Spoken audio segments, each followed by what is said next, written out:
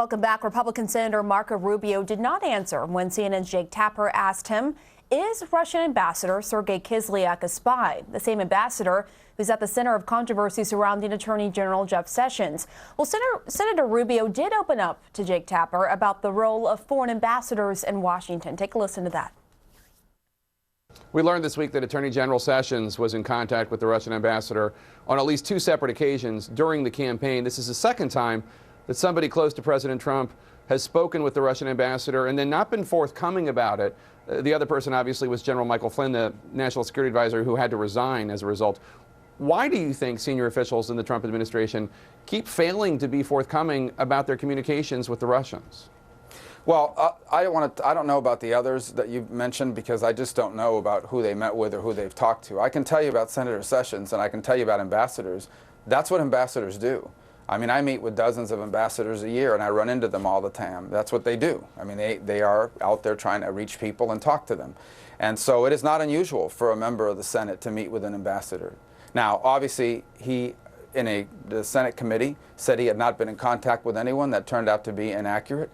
And that, I think, was what became problematic in terms of the way he answered that question in committee. I don't believe it was intentional in any way because at the end of the day, it was not the kind of thing that Jeff Sessions does, and it's not the kind of thing that would be easy to hide, and nor would there be any reason to. So, but again, I think we've gotten to the point of hysteria here.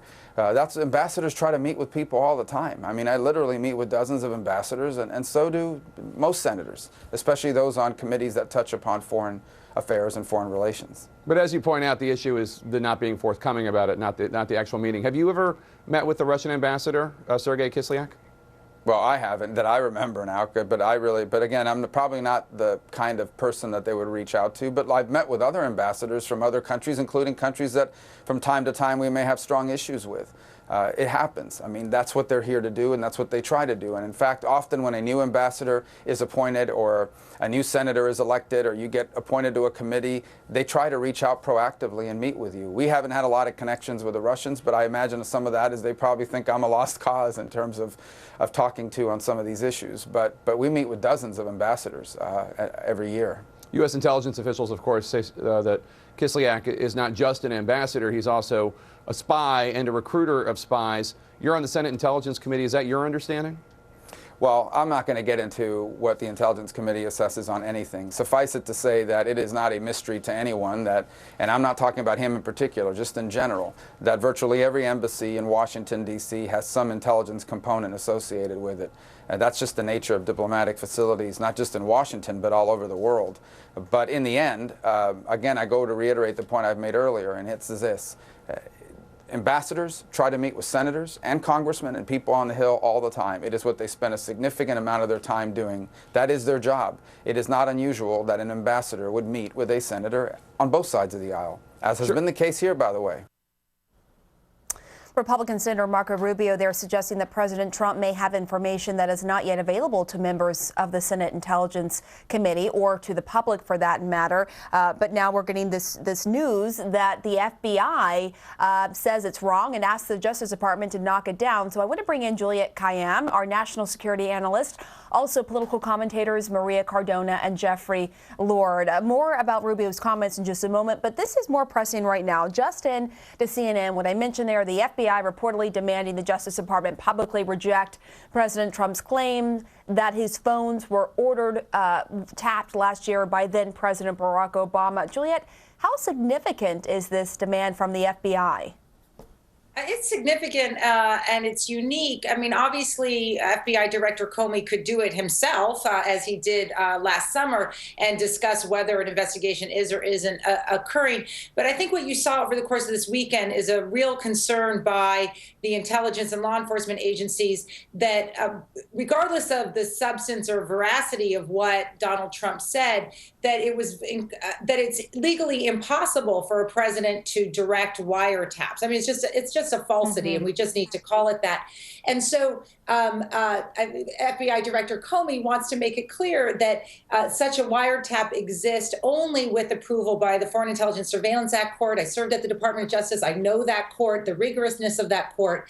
And so in some ways, it was just sort of a legal fact check, because it's quite disturbing for the FBI, for a president to think that not that the previous president used it, but also possibly maybe a little bit of a gut check to President Trump that the FBI will not be used like that in this administration. But to be clear, I mean, beyond just the fact that, of course, the past president couldn't order a wiretap, our reporting is that the FBI wanted the Justice Department to knock down the notion that then candidate Trump's phone was wiretapped at all, beyond President Obama. But so let me ask you this, Jeffrey Lord, given the fact that the FBI, which would know if President Trump's phone was wiretapped, is saying it's not true, does President Trump owe President Obama an apology for making this outlandish claim? No, I don't think it's outlandish, and I don't think that he owes them an apology. I think what we need is an investigation. Everybody's clamoring for an investigation. I'm there. I'm with it. I'm looking at a New York Times story. But Pam, Jeffrey, you have the FBI saying it's not true. January 19th. Wait. A New York Times story. New York Times that says intercepted Russian communications, part of inquiry into Trump associates. Well, now, why in the world is the Obama government investigating Trump associates? Okay. Those are their political opponents. How does that happen? There's a big difference between the FBI investigating associates for reasons that we don't see everything behind the scenes of the FBI, and the FBI wiretapping a presidential candidate's phone, which is what he alleged. You don't go after your opponents, period. That is not true, though. What the That's not what they did, Jeffrey. Can I just go ahead, Juliet? I just want to clarify the scope of the Foreign Intelligence Surveillance Act.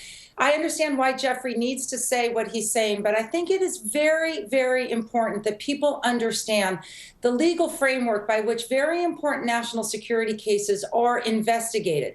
And so to make an allegation that simply because Trump associates who may have been part or communicating with as a course of a foreign intelligence surveillance wiretap is actually, regardless of your politics, it actually would have had to have been approved by a court. So either you believe Jeffrey's or the Republican theory, which is any Republican doing anything, right, would never be allowed to be investigated, which is, I think, the sort of logical conclusion. Or you say, and this is where Jeffrey and I will agree, this is where we'll agree, that there has to be a thorough investigation. And if you want to throw in to this investigation, this notion, this out of nowhere that somehow the president directed the foreign intelligence, let's go ahead. Let us do it, because I have quite a major confidence in the national security and intelligence process to know that Trump will be the one sinking based on these allegations, not a question about the Foreign Intelligence Surveillance Court. So I think there, Jeffrey and I would agree. Jeffrey, and I'll get to you in a second, Maria. I want Jeffrey to respond, though. Yeah, there has to be an investigation here. But to say that the president knew nothing of this is published in the New York Times. And there are other stories, as Mark Levin has noted, in the Washington Post, to suggest that the President of the United States and his communication staff are not reading the New York Times. There's a big difference, because we got to deal with facts. There's a big difference between the president being aware of something because it's in the New York Times and the president ordering a wiretap of a presidential candidate's phone, which is what that the New York Times and the Washington Post were not dealing with facts. No. What the Washington Post and the New York Times reported is fundamentally different from the allegation that President Trump made on Twitter yesterday. Yeah. He is alleging not only that the former president ordered a wiretap of his phone, but that his phone was wiretapped. There should be no investigation into a potential president. Are you kidding me? This is what, is right, and the FBI is saying it's not true. The FBI and our reporting is saying it's not true. So I just want to make sure there were no that FISA requests. Is that what you're saying? for the president's phone, for the president's phone. I can't speak for anything else, but our reporting is that on the president's phone, there was no FISA warrant. We can't speak to his associates. Yes or no? There were. No, I mean, our reporting is that all of this is not true. Jeffrey Lord, go ahead. Maria Cardona, I want you to jump in and get a word in, because he's saying that President Trump does not owe President Obama an apology. What do you think about that? And do you think President Obama needs to personally speak out about this? Well, I think the President Obama's spokesperson has said very clearly that it is just simply false. I don't think President Obama needs to get involved in this childish, ridiculous, reckless behavior that Trump is now engaged in, which frankly goes to exactly why the majority of Americans believe that this is not a man that is fit for the presidency of the United States.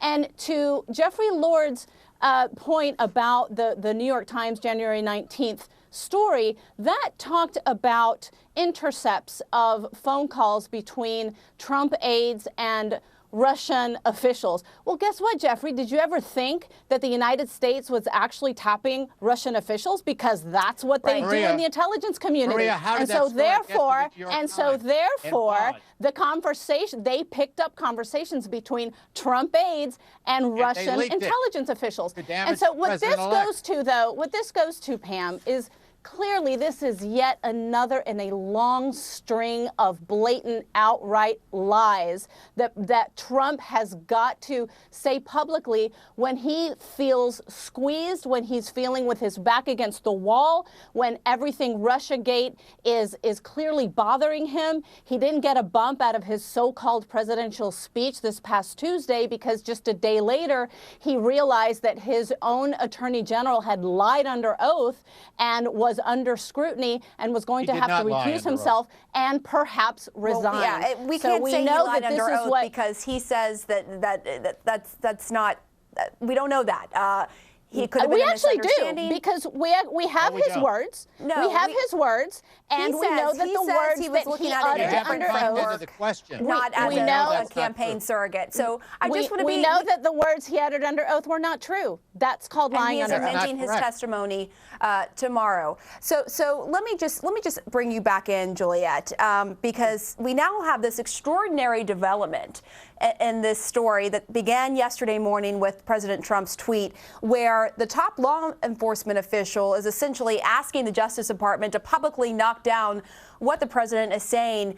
What are other countries around the world thinking about this? I mean, what do you funny. I just got off of CNN International, and let's just say your allies at CNN, your international hosts are, I think, somewhat dumbfounded by what's going on.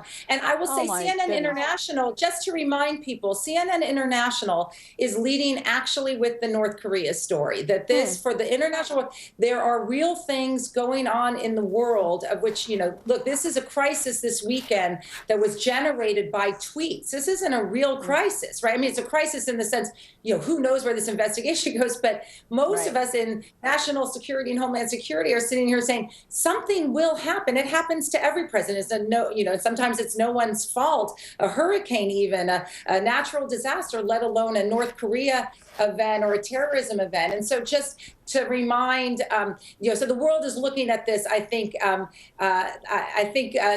host on CNN International used the word incredulous to, I think, describe global phenomenon. It's an embarrassment. It is pure embarrassment what we should feel in the United States about how the President Trump is behaving in office. All right. Wow, what a discussion with the three of you all. Thank you, as always, Juliet, Maria, Jeffrey. We appreciate it. Have a great rest of your Sunday. And coming up right here in the newsroom, it appeared to be an increasingly cozy relationship. President Trump and Russian President Vladimir Putin